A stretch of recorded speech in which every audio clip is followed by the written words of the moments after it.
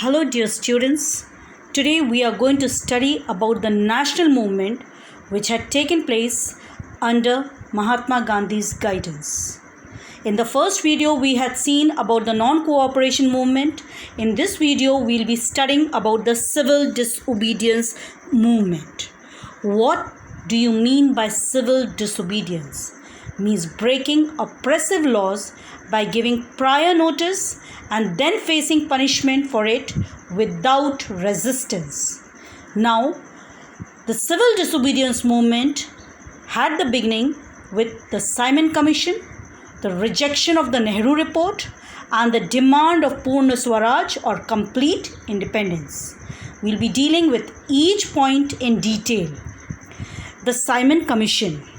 The Indian Statutory Commission was a group of 7 British members of Parliament that had been dispatched to India in 1927 to study the working of the constitutional reforms in India and suggest steps to be taken to extend the degree of responsible government. It was popularly referred to as the Simon Commission, named after its chairman, Sir John Simon. Despite its boycott, the Commission presented its report. There was no mention of the Swaraj, which was the greatest demand of the people of India. The second point was non-acceptance of the Nehru Report. In the Nehru Report, the Congress demanded for dominant status, though the young leaders like Jawaharlal Nehru and Subhash Chandra Bose were demanding complete independence. The government did not pay any heed to it. This forced the Congress to change its demand of dominant status to complete independence. Next is Lahore Session and the demand for complete independence. Instead of giving any definite assurance of dominant status, the Viceroy announced that a round-table conference of all parties would be held in London to discuss the recommendations of the Simon Commission. This did not satisfy the Congress leaders. The radicals within the Congress, led by Pandit Jawaharlal Nehru and Subhash Chandra Bose, became more assertive. At its Lahore session in December 1929, under the presidency of Jawaharlal Nehru, the Congress formalized the demand of Purna Swaraj or complete independence for India. Now, the Dandi March. On 12th March 1930, Gandhiji, along with his 78 followers, began the historic march. The march was over 200 miles from Gandhiji's ashram in Sabarmati to the Gujarati coastal town of Dandi. Thousands came to hear Mahatma Gandhi wherever he stopped. He told them what he meant by Swaraj and urged them to peacefully defy the British.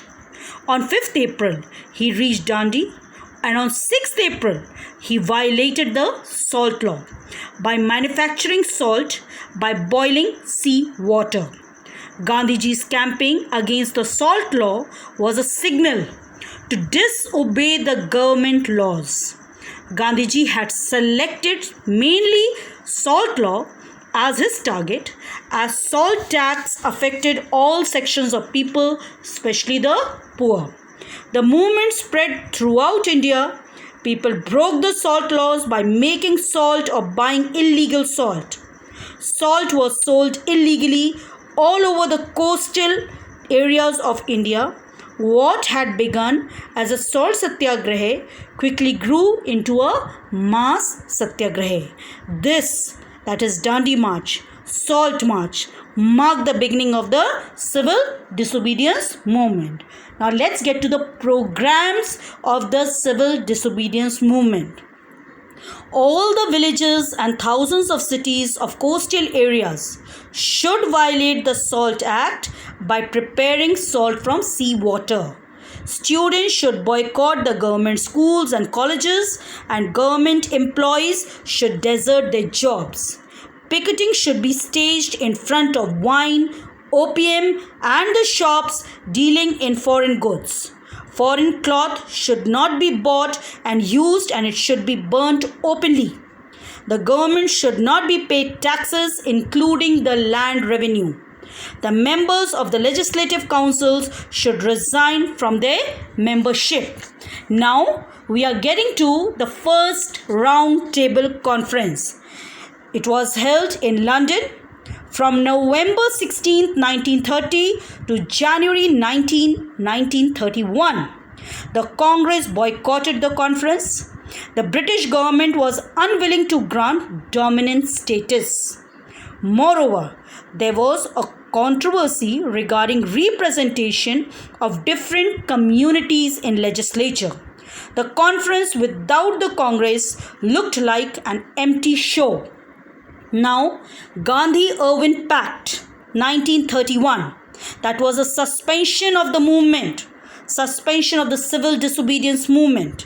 While on one hand, the government was following a policy of repression, on the other, it was eager for a compromise. Sir Tej Bahadur Sapru and Dr. Jayakar played the role of mediators between the Congress leaders and British authorities. Gandhiji and other important leaders of the Congress like Jawaharlal Nehru, Sardar Vallabhbhai Patel and many others were released from jails. Negotiations for settlements began in January 1931 and on March 5, 1931, Gandhi-Irwin Pact was signed. Let's get to the second roundtable conference 1931.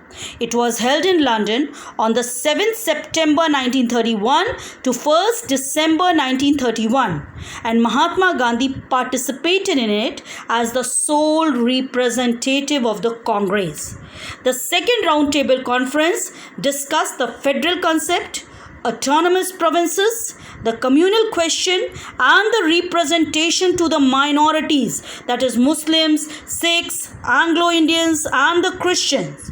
The question of Indian independence or responsible government receded to the rear. This conference failed.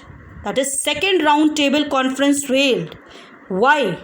Because of the representatives of different political parties and communities were insisting upon gains for their own people.